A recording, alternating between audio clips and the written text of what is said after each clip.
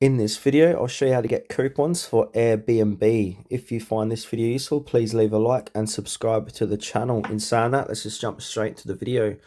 Alright, on your mobile device, open up any web browser and head on over to Google. PC and laptop users can follow along too. And now once you're inside Google, type in coupons for Airbnb.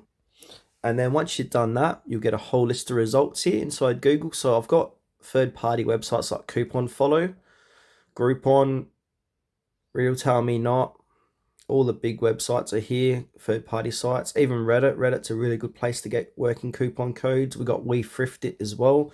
So you can check out any one of those that I've recommended. But for this demonstration, I'm going to use CouponFollow.